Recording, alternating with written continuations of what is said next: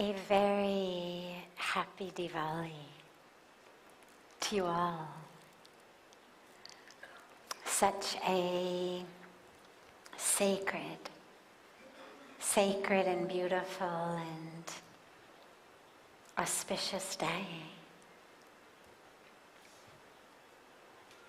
So beautiful to be together here in the Aarti, in the beautiful lamp lighting ceremony that we just had. You know, one of the things that I love so much about the Indian holidays is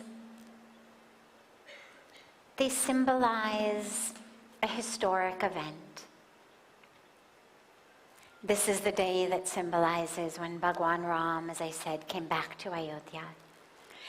But in addition to a historic event, they're all opportunities. They're not just a marking of a specific date, time, thing in history. They're opportunities for us. They're a time in which we gather and say, today is the auspicious day for this. Today is the auspicious day for that. And it's always about connecting to the divine. It's always about freeing yourself of that which blocks you and keeps you stuck and holds you back. But it's always in different ways. So the doorway is opened in one way on Mahashivratri, and it's opened in one way on Krishna Janmashtami, and on a day of Ram Navami, and all of these different days, and on Diwali. That doorway is opened through light. And through the use of light to show us the truth and to show us the way. So a very, very happy festival of lights, Deepavali, the one of the diyas or the deepas.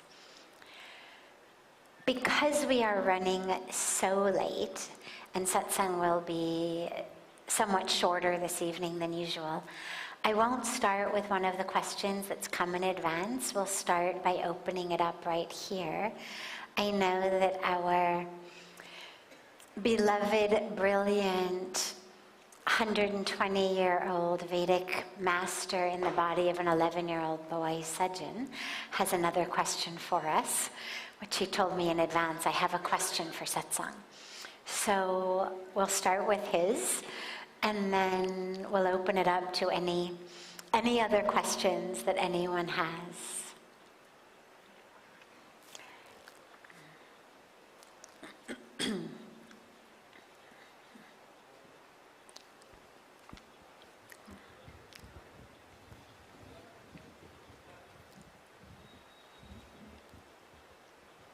So my question is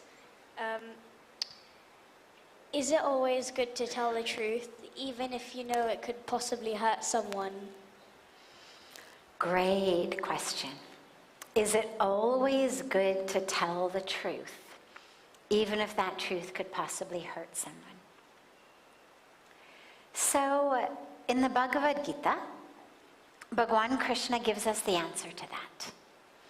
Bhagwan Krishna tells us in the Bhagavad Gita that tapas of speech, now tapas means sadhana, our spiritual practice. But in this particular circumstance, you can think of it as right speech, or spiritual speech, or dharmic speech, is something that is, number one, true, number two, kind, and number three, beneficial. It must be true, but it must also be kind and beneficial. Simply being true is not actually enough. And what that means is that there's a lot of times in life in which we observe silence. One of the reasons that we say things that hurt people is because we just keep talking. So many people just have this inability to stop talking. We get very uncomfortable with silence, sitting with people. I mean, we're okay in silence alone. Most people pull out their phones to fix that. But sitting with other people in silence, most people get very agitated by that. And there's always a sense of, I should say something. Well, when you're going to say something, there's always a chance that what you say is going to hurt that person. Or that it's going to hurt someone else. You know, that I'm going to gossip. I can't think of anything else to say, so I might as well tell them somebody else's secret. Or say something negative about someone else. It's always a good, really kind of not healthy bonding technique. But it's where you learn to be silent. Because if what you have to say is only one of those three things, don't say it. So yeah, what we say has to be true, but it also has to be kind and beneficial. And there certainly are times in which 2 out of 3 is better than 1 out of 3. And there certainly are times, they are few and far between, and that this is not a blanket okay to not speak truth by any means. But there are times in which that which is both kind and beneficial may not be fully true. I know those are choices that sometimes people make when a loved one is sick. And they get given some information from the doctor that they as a collective family decide it's not really in the best interest of this person to know what the doctor has said. And so they choose kind and beneficial over true. To me, on a personal level, I think those situations are very infrequent, but I think occasionally I could be convinced that 2 out of 3 was okay.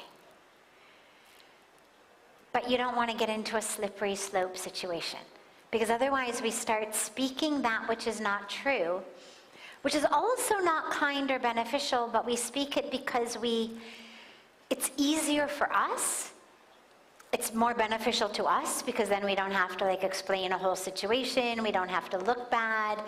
We don't have to take the time and energy to really have a deep conversation. And so in order to just slide by,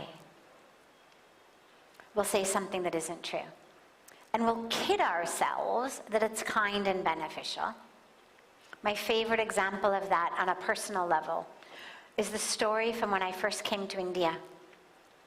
And one of the things you see in India a lot is this kind of untruth. It's not blatant, malicious lies, but it's untruth under the guise of something that's going to make you happy. And they think it's polite. And I come, as you know, from California, and I grew up in a truth at all cost environment and my own personal belief. So I come to India and I start doing seva. And I need a connector, a USB connector, from my computer to my printer. And it was a very specific type of connector. I had brought in a printer from America. This is, almost 30 years ago. So I call the guy in Rishikesh, our computer guy, and say, I need this and this cord. Can you bring it to me? He says, oh, yes, I have that cord. I'm just leaving this shop now. I'll be there in 20 minutes. I said, great. An hour goes by. I call him, and he says, I'm so sorry. Some people came into the shop. I couldn't leave. I'm leaving now. I'll be there 20 minutes. Another hour goes by. I call him. He says, I'm on the bridge. I'm on the bridge. I'll be there in less than 10 minutes. Half an hour goes by. I call him. He says, I'm so sorry. I don't actually have that connector you need. Shall I order it for you? Now, the American in me, the truth at all costs being in me, was ready to like pin him to a wall. What do you mean you don't have it? You told me you were on the bridge. Like, how did you get to the bridge with a cord that doesn't exist? But what I realized was, he wasn't trying to make me angry. In fact, he was doing exactly what he thought would make me happy. In his mind, he was sure he had the cord. He just didn't have a second to look for it. And he kept telling me things that would cause me as little anxiety as possible. In his mind, he figured if he told me, well, you know, I've got to look for it, I'll find it, I'm running a bit slow today, it'll probably be 2 hours. I think he thought that would have made me a little uneasy. So he thought it would make me happier to hear that he'd be there in 20 minutes. Without realizing the impact of not having truth on his side. So that's a situation that I would caution people to avoid against. I think it's important to really check in, like, am I ticking all 3 boxes? 2/3 is not enough in most cases. But, as in the case with someone who's sick, luckily I've never been in that situation, but I know many people who have, and I would not begrudge loving family members the opportunity to do what they feel is really in the best interest of their loved one. And sometimes having all of the dire, fatal, awful opinions of the doctor are not helpful. If a doctor says, you know, this person has 98% chance of dying, and you tell that to somebody, well, most people take that as 100%. They give up. But if you don't tell them that, then you give them the opportunity to be one of those 2% who actually pull through. So again, I'm very happy I've never had to be in that situation and make that decision. But I do know that some people make it, and I feel okay on a moral standpoint leaving that decision in the hands of loved ones to decide based on their loved one what the right way to go is. So I know that was perhaps more of a complex answer than just a yes or no question, but I hope that covers all of the bases. Good. Thank you. Other questions? Yes.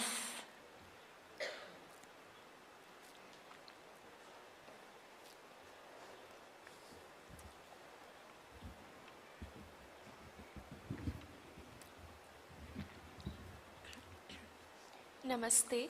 Namaste. My name is Priyasha. I'm 22. We're often encouraged on the path of spirituality because we believe that it will transform us for the better. Can you come a little closer to the mic so everyone can hear you?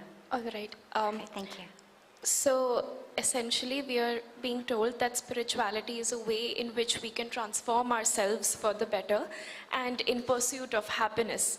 So my question is, why is it that so many great writers in the world like Virginia Woolf, Sylvia Plath, Edgar Allan Poe, they all dealt with severe mental health issues, and yet they turned up with pieces of literature that were so great that we as a human society, we still remember their work.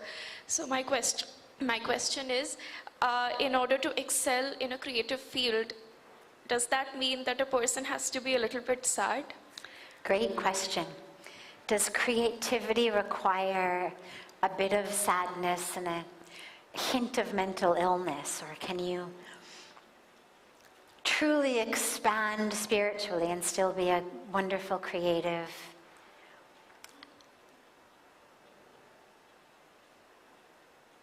The best creatives are those who feel very, very, very deeply.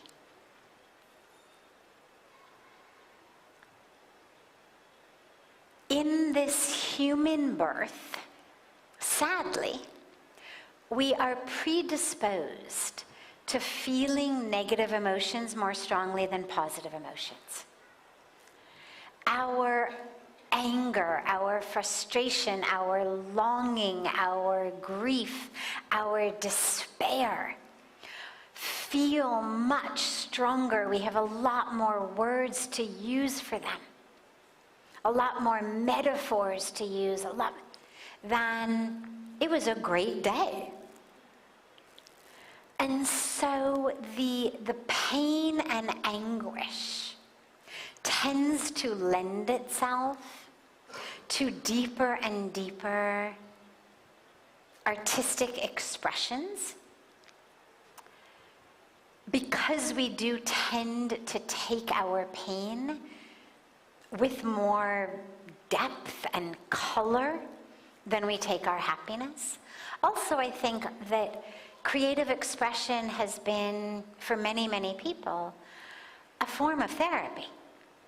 In pain, in anger, in anguish, in despair, in deep grief, we paint, we write, we sing, we sculpt, we do whatever it is that we do.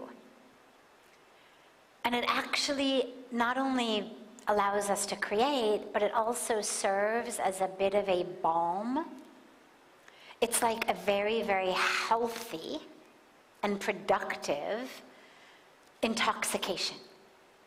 You know, when you get into creative flow, your mind is not in the pain, it's nowhere. It's just in flow. And so the same thing that makes people turn to alcohol and drugs in a very unhealthy way, pulling them out of the moment of that anguish and despair. Actually, through creative expression, you can achieve a freedom from the anguish without the negative alcohol, drugs. That being said, have you ever read Rumi? Ever read anything by Mirabai? Right? So, some of the greatest artists in the world, poets, songwriters, write as an expression of their ecstasy. But the issue is, it's gotta be ecstasy. Because just, I had a good day, all of the creatives in the room know there's not a lot that you can do with that creatively.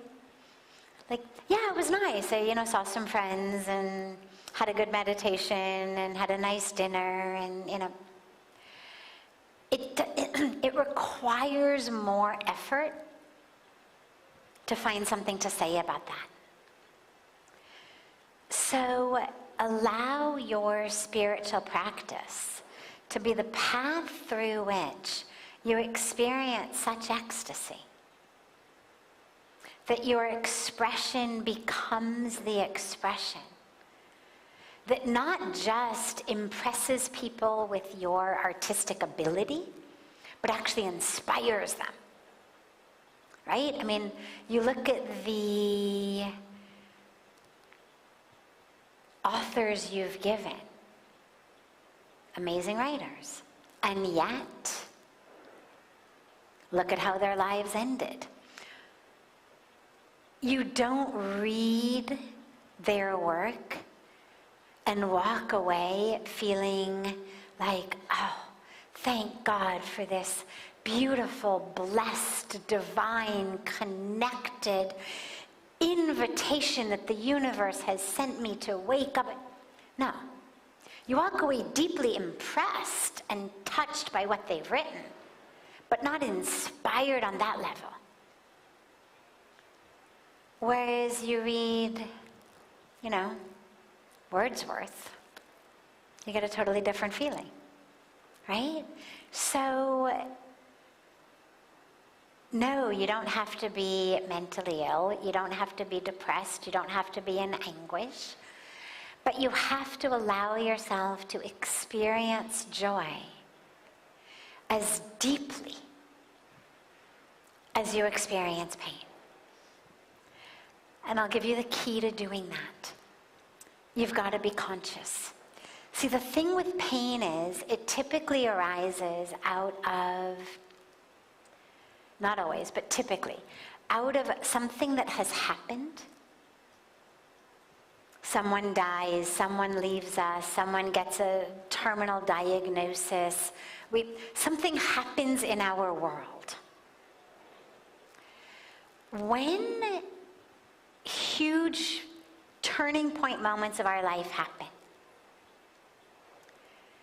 they sear themselves into our memory. Because we are fully present in that moment. All of your emotions, all of your mind, all of your attention, you are fully there. And when you are fully somewhere, you know exactly what it smells like. You know what it looks like. You notice the spider on the wall. You notice exactly the way the light is coming in through the window. You notice exactly the smell coming from next door because you are so there in that moment. The problem is in our joy, we're not usually so much there. We take our joy for much more granted. So we're not as present, which means it doesn't sear itself into our memory nearly as much. Make a commitment and an intention to be as fully present and conscious. Notice how your moments of joy smell.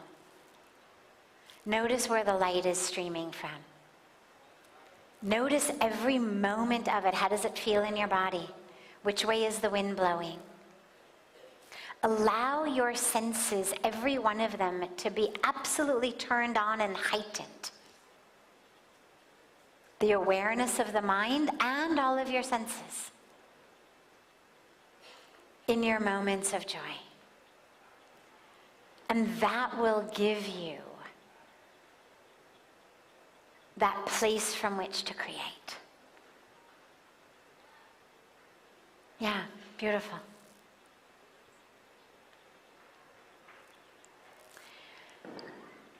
Have a beautiful, beautiful Diwali evening. A beautiful Diwali morning and day to all of our family joining us online. And I'm so glad that you're all with us here in person and virtually at this sacred time. And so much love to you all.